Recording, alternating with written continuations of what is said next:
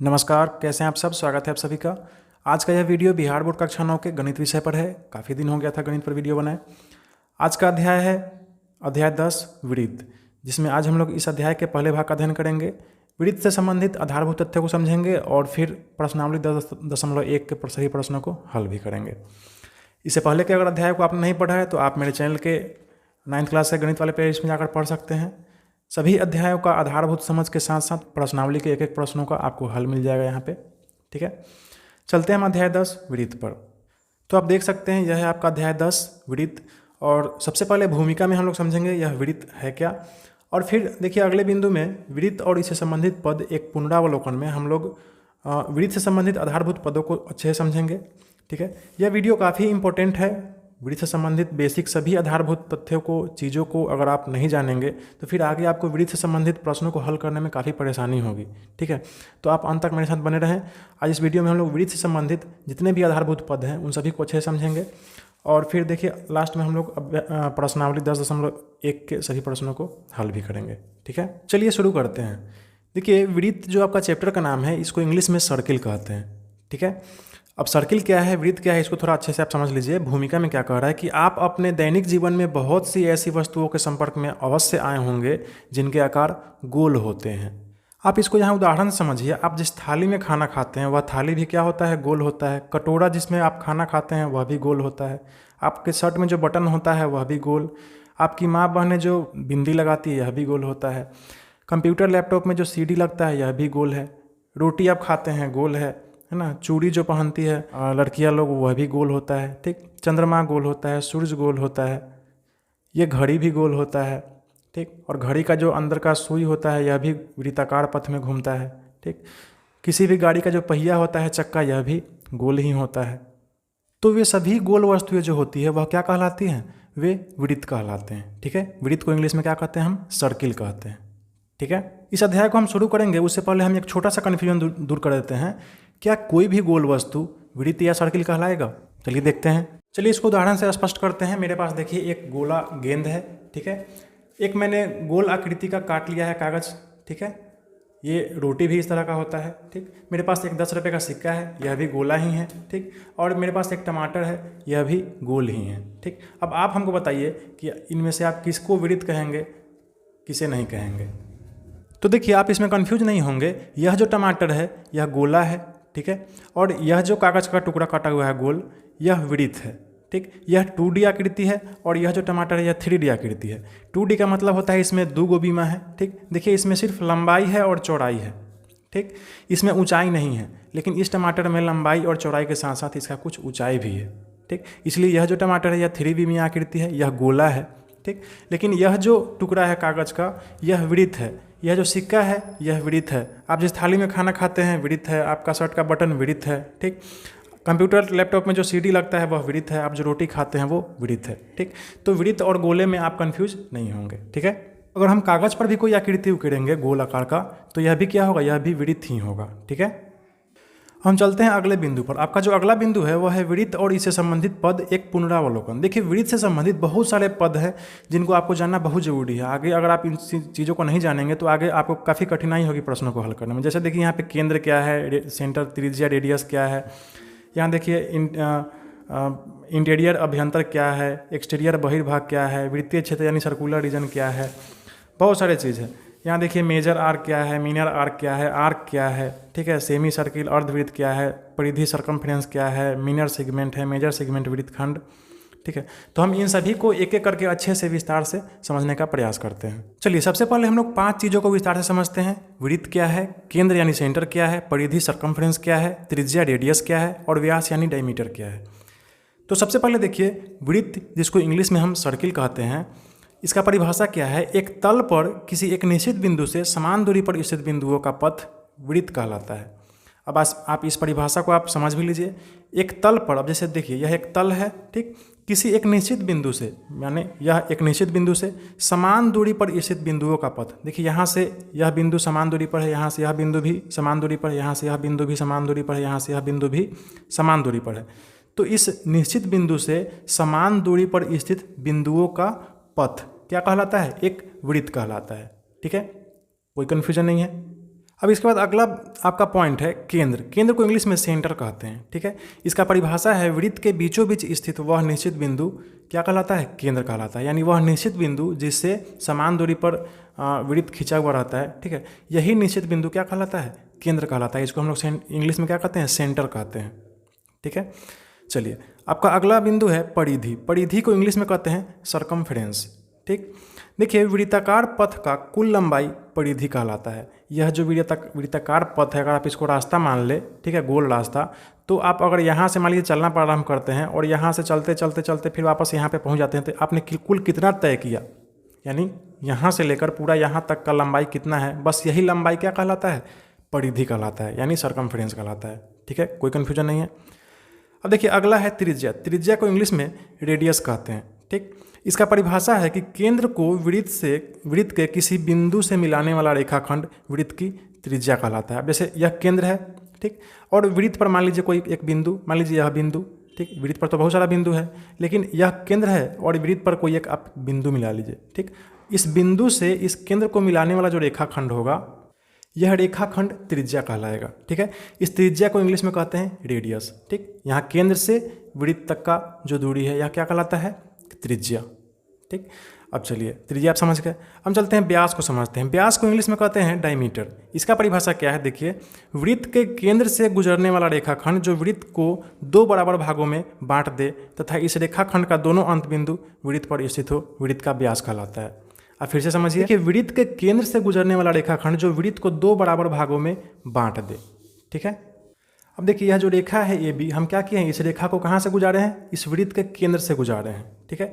तो वृत्त के केंद्र से गुजरने वाला रेखाखंड जो वृत्त को दो बराबर भागों में बांट दे। अब देखिए, यह जो रेखाखंड है ए बी, यह इधर अलग वृत्त अर्धवृत्त हो गया और यह नीचे वाला जो है अलग अर्धवृत्त हो गया, ठीक है। इस पूरे वृत्त को दो बराबर भागों में बांट दिया, ठीक।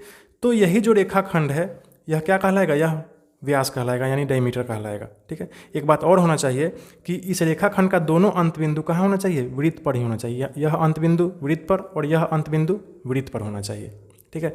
तो इसको हम क्या कहेंगे, व्यास कहेंगे, ठीक। यह जो व्यास होता है, यह त्रिज्या का दुगुना भी होता है, ठीक है। त्रिज्या यहाँ से लेकर यहाँ तक होता है, केंद्र बिंदु से वृत्त तक, ठीक। लेकिन व्यास जो होता है वह केंद्र से गुजरने वाला एक रेखा होता है जिसका दोनों अंत बिंदु कहाँ हो, वृत्त पर हो, ठीक है। मेरे समझ से इस पांचों को आप अच्छे से समझ चुके होंगे, इसमें कोई कन्फ्यूजन नहीं होगा। अगर कोई कन्फ्यूजन है तो आप वीडियो को रिपीट कर ले, आपको सारा समझ में आ जाएगा। अब चलिए, हम अगले बिंदु को समझते हैं। किसी तल पर स्थित कोई वृत्त तीन भागों में बांटा होता है। पहला भाग क्या है, वृत्त के अंदर का भाग, दूसरा है वृत्त और तीसरा है वृत्त के बाहर का भाग, ठीक है। अब देखिए, अभ्यंतर क्या है। देखिए, अभ्यंतर को इंग्लिश में इंटीरियर कहते हैं, ठीक। तो देखिए, यह जो वृत्त है, इस वृत्त के अंदर का जो भाग है, इस अंदर के भाग को हम क्या कहते हैं, इसको हम अभ्यंतर कहते हैं, ठीक है, यानी इंटीरियर कहते हैं, ठीक। चलिए, अगला है बहिर्भाग। बहिर्भाग को इंग्लिश में कहते हैं एक्सटीरियर। तो यह जो वृत्त खींचा हुआ है ब्लैक पेन से, इस वृत्त के बाहर का जितना भी भाग है, यह सारा भाग क्या कहलाएगा, यह बहिर्भाग कहलाएगा। इसको हम एक्सटीरियर कहते हैं, ठीक। चलिए, तीसरा बिंदु है वृत्तीय क्षेत्र, यानी सर्कुलर रीजन। यह जो है, यह वृत्त तथा इसका अभ्यंतर मिलकर वृत्तीय क्षेत्र बनता है, यानी यह पूरा वृत्त, ठीक है, ब्लैक कलर का जो वृत्त खींचा हुआ है, यह पूरा वृत्त, और इस वृत्त के अंदर का जो क्षेत्र है, यह क्या कहलाता है, यह सर्कुलर रीजन यानी वृत्तीय क्षेत्र कहलाता है, ठीक है। चलिए, तो आशा आपको समझ में आ गया होगा अभ्यंतर, बहिर्भाग और वृत्तीय क्षेत्र क्या है, ठीक है। हम चलते हैं, बढ़ते हैं अगले बिंदु की तरफ। अब चलिए, नेक्स्ट में हम लोग समझने वाले हैं तीन बिंदुओं को। जीवा, जिसको इंग्लिश में चौड़ कहते हैं, छेदक रेखा यानी सेकेंड, और स्पर्श रेखा यानी टेंजेंट। इन तीनों को अच्छे से समझते हैं। देखिए, इसमें पहला है आपका जीवा। जीवा को इंग्लिश में क्या कहते हैं, चौड़, ठीक। देखिए, वृत्त के परिधि पर स्थित किसी दो बिंदु को मिलाने वाला रेखाखंड जीवा कहलाता है। यह वृत्त का परिधि है, ठीक। इस परिधि पर मान लीजिए, इस परिधि पर एक बिंदु यहाँ है और इस एक बिंदु यहाँ है। इस दोनों बिंदु को अगर आप मिला देंगे तो यह हो जाएगा आपका जीवा, ठीक है। ठीक उसी प्रकार मान लीजिए एक बिंदु यहाँ है, एक बिंदु यहाँ है, इस दोनों बिंदु को अगर आप मिला दिए तो यह भी क्या हो जाएगा, यह जीवा हो जाएगा, ठीक। मान लीजिए कोई बिंदु यहाँ है, कोई बिंदु यहाँ है, इसको आप मिला दिए, यह हो गया जीवा, ठीक। तो वृत्त के अंदर का जो सबसे बड़ा जीवा होता है वह केंद्र बिंदु से गुजरता है, ठीक। व्यास जो होता है, यानी इस केंद्र बिंदु से गुजरने वाला रेखा, यह भी एक जीवा ही होता है, ठीक है। यानी इस पूरे वृत्त के परिधि पर स्थित कोई दो बिंदु को कोई रेखा अगर मिला दे, ठीक है, तो वह जीवा कहलाता है। ठीक, यहाँ से यहाँ तक मिला दीजिए, यह जीवा हो गया। यहाँ से यहाँ तक मिला दीजिए, यह क्या हो गया, यह जीवा हो गया। आशा है आपको जीवा समझ में आ गया होगा। अब इसी में आपका अगला बिंदु है छेदक रेखा। छेदक रेखा को इंग्लिश में कहते हैं सेकेंड। ठीक है, सेकेंड का परिभाषा क्या है, तो देखिए वृत्त के परिधि पर स्थित किसी दो बिंदुओं को प्रतिच्छेद करने वाली रेखा छेदक रेखा कहलाता है। जैसे यह वृत्त का परिधि है, ठीक, इस परिधि पर स्थित कोई दो बिंदु, जैसे मान लीजिए एक बिंदु यह है और एक बिंदु यह है, ठीक है, और इस दोनों बिंदु को प्रतिच्छेद करने वाली रेखा। तो अब ध्यान से देखिए, यह जो रेखा है AB, यह इस वृत्त के परिधि पर स्थित किसी दो बिंदु को क्या कर रहा है, प्रतिच्छेद कर रहा है, यानी आर पार कर दे रहा है। ठीक है, तो यह जो है यह क्या कहलाएगा, यह छेदक रेखा कहलाएगा। अगर आर पार नहीं करता, यहाँ से लेकर यहीं तक रहता, तो यह जीवा कहलाता। लेकिन चूंकि अब आर पार कर दे रहा है, इधर भी निकल जा रहा है इधर भी, तो अब यह क्या हो गया, यह छेदक रेखा हो गया, यानी सेकेंड हो गया। ठीक है, अब चलिए इसी में आगे है स्पर्श रेखा, जिसको इंग्लिश में कहते हैं टेंजेंट। ठीक है, तो वृत्त के परिधि पर किसी एक बिंदु को छूकर गुजरने वाला रेखा क्या कहलाता है, स्पर्श रेखा कहलाता है। ठीक, अब देखिए यह वृत्त का परिधि है, इस परिधि पर स्थित कोई एक बिंदु, जैसे मान लीजिए हम उस बिंदु को यहाँ पर बना देते हैं। ठीक, तो इस बिंदु को छूकर गुजरने वाला जो रेखा होगा यह टेंजेंट कहलाएगा, यानी स्पर्श रेखा कहलाएगा। ठीक है, अब ध्यान से देखिए, यह जो AB रेखा है, यह वृत्त के परिधि पर स्थित किसी बिंदु को क्या कर रहा है, यह छू के गुजर रहा है। ठीक है, वृत्त को पार भी नहीं कर रहा है, वृत्त के अंदर में भी नहीं जा रहा है, वृत्त के बाहर में भी नहीं है, बस वृत्त के परिधि पर स्थित किसी बिंदु को क्या कर रहा है, यह छू के यह रेखा गुजर रहा है। ठीक, तो ऐसे रेखा को हम क्या कहेंगे, स्पर्श रेखा कहेंगे। इसको इंग्लिश में टेंजेंट कहते हैं। ठीक है, आशा आपको समझ में आ गया होगा, यह तीनों बिंदु, जीवा क्या है, छेदक रेखा क्या है और स्पर्श रेखा क्या है। ठीक है, हम चलते हैं आगे। अब हम चलिए समझते हैं अगले बिंदु को। हमारा अगला बिंदु है चाप। चाप को इंग्लिश में कहते हैं आर्क। देखिए इसका परिभाषा क्या है, वृत्त के परिधि पर स्थित कोई दो बिंदु जो वृत्त को दो बराबर भागों में बांट देता है, प्रत्येक भाग वृत्त का चाप कहलाता है। यह वृत्त का परिधि है और इस परिधि पर स्थित कोई दो बिंदु, जैसे मान लीजिए एक बिंदु आप यहाँ पे मान लेते हैं और एक बिंदु यहाँ पे मान लेते हैं। ठीक है, तो यह दोनों बिंदु इस वृत्त को दो भागों में कैसे बांट रहा है, इसको समझ लीजिए।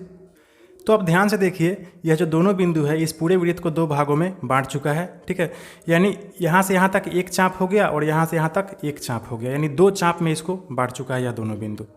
ऐसा समझ में आ गया होगा आपको। अब हम समझते हैं दीर्घ चाप क्या है और लघु चाप क्या है। देखिए दीर्घ चाप को इंग्लिश में कहते हैं मेजर आर्क, यानी यह जो बड़ा वाला चाप है इसको हम मेजर आर्क कहेंगे। ठीक, और यह जो छोटा लघु चाप क्या है, यानी मीनर आर्क क्या है, तो देखिए यह जो छोटा वाला चाप है इसको हम क्या कहेंगे, इसको हम लघु चाप कहेंगे।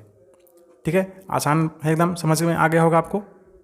अब इसी में देखिए तीसरा नंबर है अर्धवृत्त, यानी सेमी सर्किल क्या है। अब जैसे मान लीजिए यह एक वृत्त है और इस वृत्त पर आप एक बिंदु यहाँ मान ले और एक बिंदु यहाँ मान ले।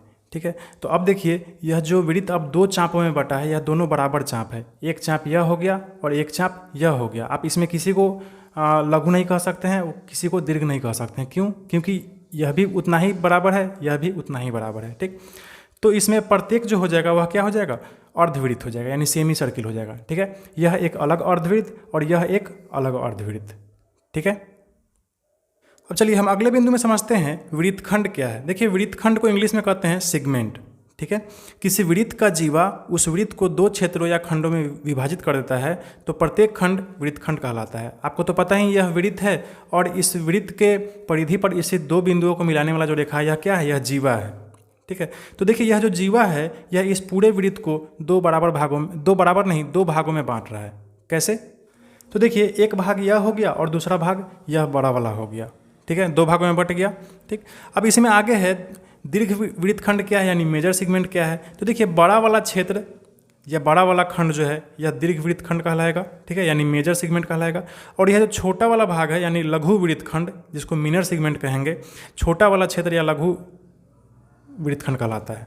ठीक है, यह क्या कहलाएगा, यह दीर्घ वृत्तखंड और यह लघु वृत्तखंड, यह मेजर सेगमेंट और यह मिनर सेगमेंट। ठीक है, आशा समझ में आ गया होगा। चलते हैं आगे। अब चलिए हमारा अगला बिंदु है त्रिज्यखंड। त्रिज्यखंड को इंग्लिश में कहते हैं सेक्टर। ठीक है, किसी वृत्त पर स्थित दो त्रिज्याएं जब उस वृत्त को दो क्षेत्रों या खंडों में बांट देता है तो प्रत्येक खंड त्रिज्यखंड कहलाता है। यह एक वृत्त है, यह केंद्र बिंदु है। देखिए यह एक अलग त्रिज्या है और यह एक अलग त्रिज्या है। ठीक है, और देखिए यह दोनों त्रिज्या मिलके क्या कर रहा है, इस वृत्त को दो भागों में बांट रहा है। कैसे? देखिए एक खंड ये हो गया और एक खंड ये हो गया, यह बड़ा वाला खंड हो गया, यह छोटा वाला खंड हो गया। ठीक, इसी में है दीर्घ त्रिज्यखंड और दूसरा है लघु त्रिज्यखंड। ठीक है। दीर्घ त्रिज्यखंड को इंग्लिश में मेजर सेक्टर कहते हैं। ठीक, यह जो बड़ा वाला खंड है इसी को हम लोग मेजर सेक्टर यानी दीर्घ त्रिज्यखंड कहते हैं, और यह जो छोटा वाला त्रिज्यखंड है इसी को हम लोग लघु त्रिज्यखंड कहते हैं। ठीक है, एकदम आसान है, समझ गए होंगे आप। तो देखिए इस वृत्त के अंदर जितने भी आधारभूत तथ्य हैं आप उनको अच्छे से समझ चुके हैं। अब हम प्रश्नावली 10.1 के प्रश्नों को हल करने का प्रयास करते हैं। ठीक है, अनुरोध तो मेरा ये रहेगा कि आप खुद से प्रयास करें पहले, ठीक है, आगे उसके बाद आप वीडियो का सहारा लें। ठीक, अब चलिए हम प्रश्नावली 10.1 के प्रश्नों को हल करते हैं। पहला प्रश्न है खाली स्थान भरिए। ठीक है, इसमें 6 प्रश्न है, खाली स्थानों को भरना है। पहला प्रश्न कह रहा है कि वृत्त का केंद्र वृत्त के डैश में स्थित है। जैसे यह पहला प्रश्न है। ठीक है, वृत्त का जो केंद्र होता है यह इस वृत्त के अंदर में होता है। ठीक, और आपको तो पता है वृत्त के अंदर का जो भाग है वह अभ्यंतर कहलाता है, और इस वृत्त के बाहर का जो भाग है यह बहिर्भाग कहलाता है। ठीक, तो यह जो वृत्त का केंद्र है यह कहाँ है, यह अभ्यंतर में है, वृत्त के अंदर में है। ठीक है, तो यहाँ क्या हो जाएगा, अभ्यंतर। ठीक, अब चलते हैं दूसरा नंबर प्रश्न पर। एक बिंदु जिसकी वृत्त के केंद्र से दूरी त्रिज्या से अधिक हो वृत्त के डैश में स्थित होता है। अब चलिए इसी में हम दूसरा प्रश्न को भी हल कर लेते हैं। अब आप सोचिए ऐसा कौन बिंदु होगा जिसका दूरी त्रिज्या से अधिक होगा। अब मान लीजिए यह केंद्र बिंदु है और यहाँ से यहाँ तक क्या है, त्रिज्या है। ठीक, लेकिन क्या कह रहा है, त्रिज्या से अधिक हो, तो जाहिर सी बात है यह थोड़ा सा और बढ़ जाएगा। ठीक है, वह बिंदु यहाँ हो जाएगा। जब त्रिज्या से अधिक होगा तो वह बिंदु त्रिज्या पार कर जाएगा, यहाँ वृत्त के परिधि को पार कर जाएगा। ठीक, तो वही पूछ रहा है कि वह बिंदु वृत्त के डैश में स्थित होगा। तो जाहिर सी बात है त्रिज्या से अगर अधिक बढ़ जाता है लंबाई जिस बिंदु का, तो यह बिंदु वृत्त के बाहर में हो जाएगा, यानी यह वृत्त के बहिर्भाग में हो जाएगा। यह वृत्त है और वृत्त के बहिर्भाग में यह बिंदु क्या है, स्थित है, तो यहाँ क्या होगा, बहिर्भाग। तीसरा प्रश्न है वृत्त की सबसे बड़ी जीवा वृत्त का डैश होता है। ठीक, अब चलिए तीसरा नंबर प्रश्न को समझिए। यह वृत्त है, ठीक, और आपको तो पता है वृत्त का जीवा क्या होता है, इसके परिधि को पर स्थित दो बिंदु को मिलाने वाला जो रेखा होता है यह क्या होता है, जीवा होता है। अब आप सोचिए इससे भी बड़ा जीवा आप खींच सकते हैं, कितना बड़ा जीवा खींच सकते हैं, तो सबसे बड़ा जीवा जो होगा वह इस केंद्र बिंदु से गुजरने वाला रेखा होगा। ठीक है, इस केंद्र बिंदु से गुजरने वाला जो रेखा होगा वही सबसे बड़ा जीवा होगा। तो वही कह रहा है कि वृत्त की सबसे बड़ी जीवा वृत्त का क्या होता है, और आपको तो पता है जो रेखा केंद्र बिंदु से गुजरता है और दोनों परिधि को छूता है उसको हम लोग क्या कहते हैं, व्यास कहते हैं। तो इसका उत्तर व्यास होगा यहाँ पे। ठीक है, अब चलिए अगला प्रश्न को हम समझते हैं। चौथा नंबर प्रश्न क्या कह रहा है कि एक चाप डैश होता है जब इसके सिरे एक व्यास के सिरे हो। ठीक है, देखिए चाप क्या होता है, तो इस परिधि पर स्थित कोई दो बिंदु। ठीक है, और यह भी कह रहा है कि जब इसके सिरे एक व्यास के सिरे हो, तो व्यास कहाँ से गुजरता है, तो केंद्र बिंदु से होकर गुजरने वाला जो रेखा होता है उसे क्या कहते हैं, हम व्यास कहते हैं। ठीक है, और इस व्यास का जो सिरा होगा एगो सिरा यहाँ होगा और एगो सिरा यहाँ होगा। ठीक है, कोई दिक्कत नहीं है। तो वही कह रहा है कि एक चाप डैश होता है जब इसके सिरे एक व्यास के सिरे हो। तो यह जो चाप है, यह जो दोनों बिंदु है, यहाँ से अब दो चाप जो बन रहा है, यानी एगो चाप यह और एगो चाप यह दोनों बराबर चाप होगा। ठीक है, आप इसमें किसी को दीर्घ चाप या लघु चाप नहीं कह सकते हैं। ठीक, तो यहाँ से क्या बन जा रहा है, यहाँ से अर्धवृत्त बन जा रहा है। एक अर्धवृत्त यह बन जाएगा और दूसरा अर्धवृत्त यह बन जाएगा। ठीक है, तो यहाँ क्या होगा, अर्धवृत्त होगा। ठीक है, चलिए अगले प्रश्न को हल करते हैं। आपका अगला प्रश्न है 5 नंबर। वृत्त खंड एक चाप तथा डैश के बीच का भाग होता है। ठीक है, यह आपको तो पता ही यह केंद्र बिंदु है, और जब हम एक जीवा खींच देते हैं, ठीक है, और तो इस जीवा से घिरा हुआ जो क्षेत्र हो जाता है यह वृत्त खंड हो जाता है। ठीक, यह छोटा वाला खंड हो गया लघु वृत्त खंड और यह बड़ा वाला खंड हो गया दीर्घ वृत्त खंड। ठीक, तो वही कह रहा है कि वृत्त खंड एक चाप तथा डैश के बीच का भाग होता है।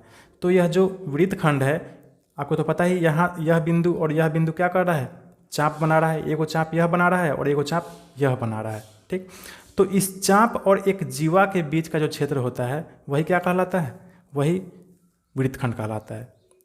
ठीक, तो यह तो लघु वृत्त खंड है। अगर आप बड़ा वाला जो वृत्त खंड है इसका बात करेंगे तो देखिए यह भी एक चाप है और यह एक जीवा है। तो इस पूरे चाप और इस पूरे जीवा के बीच का जो क्षेत्र है यह दीर्घ वृत्त खंड है। ठीक, और इस पूरे चाप और इस जीवा के बीच का जो क्षेत्र है यह लघु वृत्त खंड है। ठीक है, कोई दिक्कत नहीं।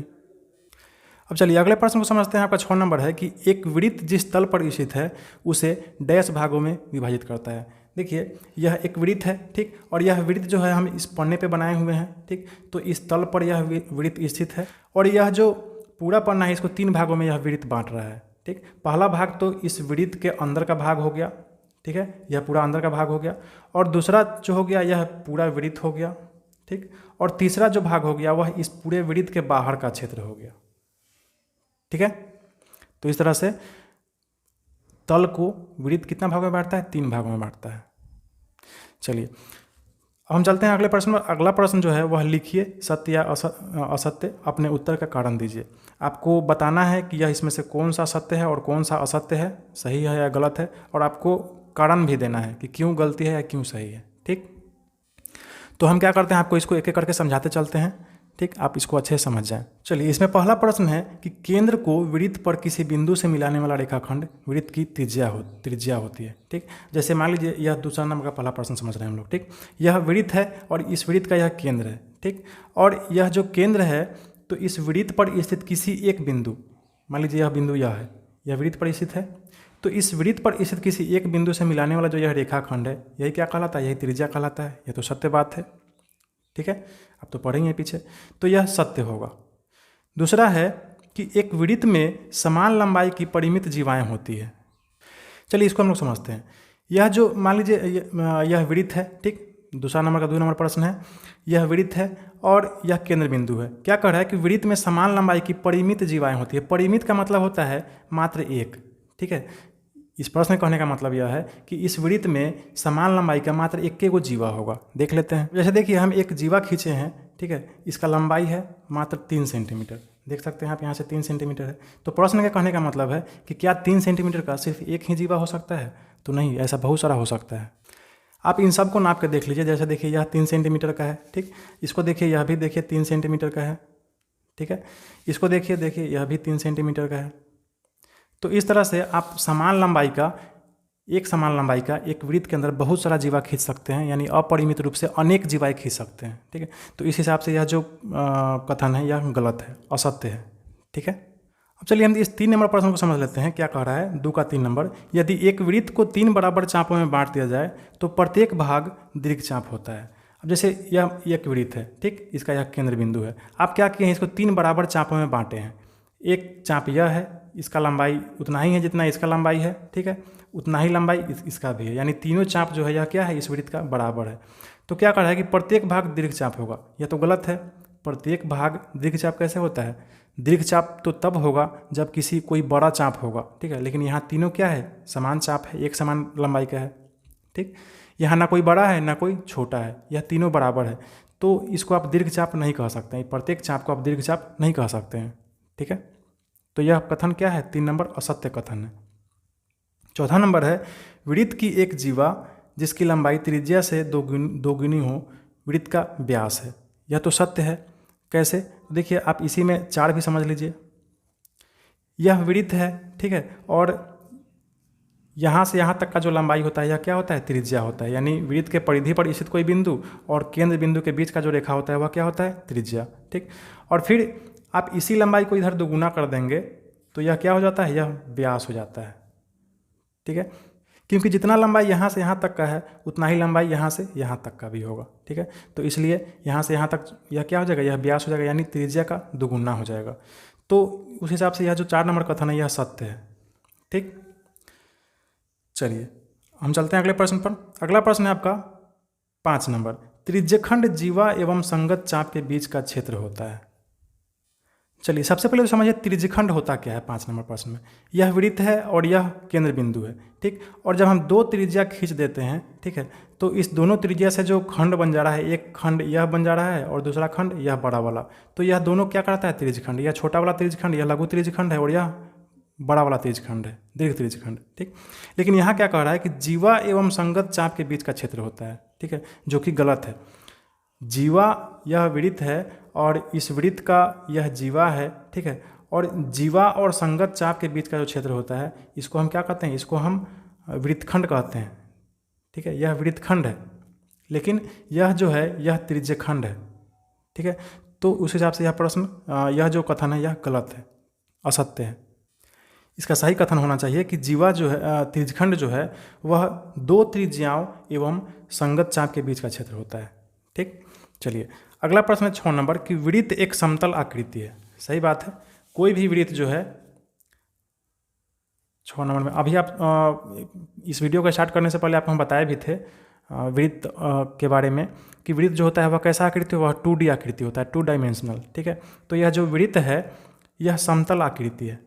ठीक है, इसमें सिर्फ लंबाई और चौड़ाई हो सकता है, इसमें ऊंचाई नहीं है। ठीक है, यह 2D आकृति यानी समतल क्षेत्र पर यह घिरा हुआ बनाया हुआ आकृति है। ठीक है, तो यह जो कथन है यह सत्य कथन है। ठीक, चलिए तो आपका यहाँ पे यह अध्याय प्रश्नावली खत्म हो गया। ठीक है, अध्याय खत्म नहीं हुआ, अभी इसके बाद और सारा प्रश्नावली है, हम उसको अगले वीडियो में जल्दी ही लेके आएंगे। ठीक है, तब तक हम इतना ही रहने देते हैं। इस वीडियो में आपने वृत्त से संबंधित सभी आधारभूत तथ्यों को अच्छे से समझा। अगर आप यह वीडियो नहीं देखेंगे, नहीं समझेंगे इन चीज़ों को, तो आगे आपको काफ़ी परेशानी होगा। यह समझ लीजिए यह वृत्त का ABCD है। ठीक है, यह वीडियो आपको कैसा लगा आप हमें कमेंट करके जरूर बताएंगे। अच्छा लगा हो तो कृपया वीडियो को लाइक करेंगे, अपने दोस्तों को शेयर कर देंगे, मेरे चैनल को सब्सक्राइब कर लेंगे, और कुछ भी कहना चाहते हो तो मुझे कमेंट करेंगे। ठीक है, और मेरे चैनल को सब्सक्राइब करने के साथ साथ बेल नोटिफिकेशन आइकन को भी दबा लेंगे, ताकि हर नया वीडियो आप तक पहुंचता रहे और आपका पढ़ाई यूं ही चलता रहे।